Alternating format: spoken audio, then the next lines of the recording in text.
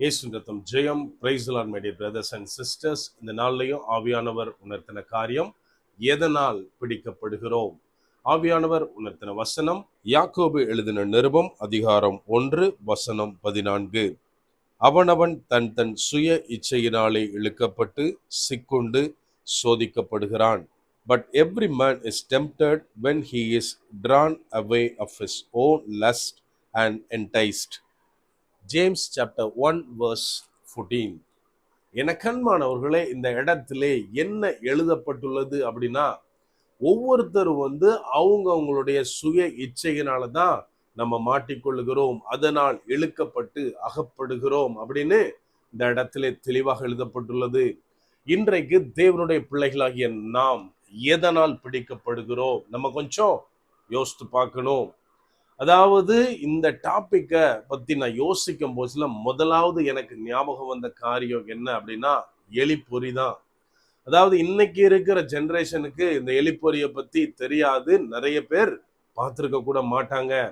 ஆனால் ஏன் வயசுக்கு ஒத்த அந்த ஜெனரேஷனுக்கு இதை குறித்து தெரியும். அதாவது இந்த எலிப்பொறியில என்ன நடக்கும் அப்படின்னா, ஏதாவது ஒரு சின்ன ஒரு ஹூக் மாதிரி இருக்கும், அதுல ஒரு சின்ன தேங்காய் துண்டோ இல்லைன்னா ஏதாவது ஒரு சாப்பிட்ற பொருளை அதுல ஹூக் பண்ணி வச்சிருவாங்க. அந்த எலிப்பொறியில இருக்கிற அந்த உணவு பொருளுடைய வாசம் எலிய கவர்ந்து இழுக்கும்.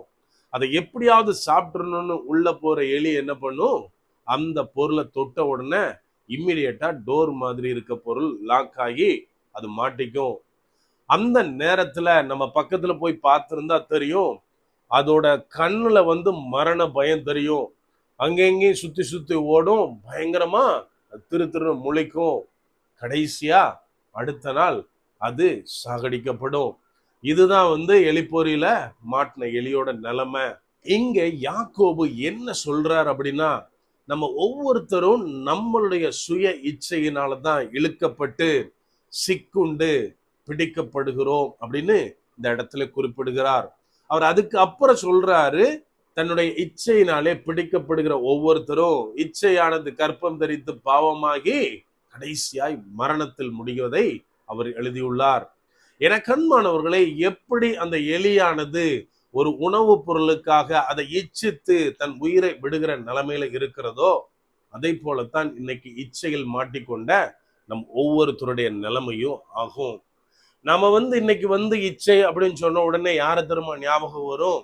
தாவீது பிரதர். தாவீது தான் தன் இச்சையினாலே ஒரு பெண் குளிக்கிறத பார்த்தாரு, அதற்கு பிற்பாடு அவர் பட்ட எல்லா கதையும் நமக்கு தெரியும் அப்படின்னு ஈஸியா சொல்லிடுவோம். ஆனா ஒரு கசப்பான உண்மை என்னன்னா, நம்ம ஒவ்வொருத்தருடைய மொபைல் போனை எடுத்து பார்த்தா தான் தெரியும் நாம எந்த அளவுக்கு இந்த விஷயத்துல யோக்கியமா இருக்கோம் அப்படின்னு. எனக்கு அன்பானவர்களே, இன்னொரு காரியத்தை நம்ம புரிஞ்சுக்கணும். அதாவது இச்சை அப்படின்னாலே நம்ம வாலிப வயதுல வருகிற இந்த இச்சை மாத்திரம் கிடையாது. மாறாக ஒரு பொருளையோ ஒரு இடத்தையோ ஒரு சொத்தையோ நான் இச்சித்து ஒரு காரியத்தை இச்சையாக நான் பார்த்து அதை எப்படியாவது அடைஞ்சிடணும் அப்படின்னு அநேக நேரத்தில் நம்ம அதையே போக்கஸா வச்சு ஓடிட்டு இருப்போம். இதுவும் நம்மை சிக்க வைத்து விடும். நம்ம மிகுந்த கவனமாக இருக்க வேண்டும். இன்னைக்கு உலகத்துல பார்த்தோம்னா ஆடம்பர வாழ்க்கை, அந்த பொருள் வாங்கிடணும், இந்த இடத்துக்கு போயிடணும், நான் வெளிநாட்டுல போய் பார்த்துடணும், இப்படியான காரியத்துல ஆசையிலே சிக்கி கொண்டு அநேகர் தங்களுடைய தேவைக்கு மேலாய் தங்களுடைய தகுதிக்கு மேலாய் அநேக கடன்களில் சிக்கிக் கொள்கிறதை நாம் பார்க்கிறோம். எனக்கு அன்பானவர்களே, இதுவும் நம்ம தெளிவா புரிஞ்சுக்கணும். நாம் இச்சிக்கிற விருப்பப்படுற பொருள் அது எப்படி ஆகுது, நம்மை சிக்க வைக்கிறது. அந்த சிக்கலிலே இருந்து மீள முடியாமல் தங்கள் உயிரை மாய்த்து கொள்ளுகிறவர்களும் உண்டு. நாம் மிகுந்த ஜாக்கிரதையா இருக்க வேண்டும். அப்படியானால் இது எல்லாத்திலிருந்து நான் வெளியில வரணும்னா என்ன செய்யணும் அப்படின்னா, இந்த இச்சையிலிருந்து நம்மை பாதுகாத்து கொள்ள வேண்டும். இது எளிதானதா? கிடையவே கிடையாது. எந்த காரியமும் நம்மை எளிதாக விளைவித்து விடும். நம்ம மண்ல இருந்து வந்தவன், சோ மண்ணுக்குரிய காரியங்கள்ல அதிகமா நம்ம போக்கஸ் பண்ணுவோம். சோ இத என்னுடைய சொந்த பலத்தினால நான் ஓவர் கம் பண்ண முடியாது. அந்த இடத்தில் ஆவியானவருடைய துணை அவசியம். ஆவியானவருடைய ஆவியை கொண்டு, அவருடைய பலத்தை கொண்டு நான் ஒவ்வொன்றையும் பார்க்கும்போது ஒவ்வொன்றோடும் நான் போரிடும் போது எல்லாவற்றையும் எளிதாக மேற்கொள்ள முடியும். இப்படி நான் எப்போதும் மேற்கொள்ள ஆரம்பிக்கிறேனோ, என்னுடைய இச்சையை, என்னுடைய ஆசையை நான் மேற்கொள்ள ஆரம்பிக்கும் போது மாத்திரம்தான் எதிலும் மாட்டிக்கொள்ளாமல் என்னால் விடுதலையை சுதந்திரிக்க முடியும். அப்படியே கண்களை மூடுவோமா? அன்பான ஆண்டவரே, இந்த நேரத்திலே அப்பா உம்மை நோக்கி பார்க்கிறோம். ஆவியானவர், நீர் எங்களோட இருக்கிறீர், அதற்காய் நன்றி செலுத்துகிறோம். அப்பா, எங்களுடைய பார்வையை நீர் முதலாவது பொறுப்படுத்திக் கொள்ளுங்க. அப்பா, எங்க கண்களில் அநேக பாவங்கள் ஆரம்பிக்கிறது தகப்பனே. அப்பா, அது ஆசையா இச்சையா எங்களுக்குள்ளே கிரியை செய்து அநேக நேரத்துல நாங்க தவறி விடுகிறோம். ஆவியானவரே, இது எல்லா காரியங்களையும் உமது கரத்திலே ஒப்பு கொடுக்கிறோம்.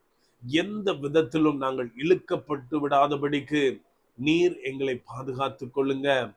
உலகத்தின் பாவத்தினால நாங்கள் கரைபடாதபடிக்கு, அந்த ஆசையை என்னும் தூண்டில்ல மாட்டாதபடிக்கு நீர் எங்களை வேலி அடைத்து பாதுகாத்துக் கொள்ளுங்க.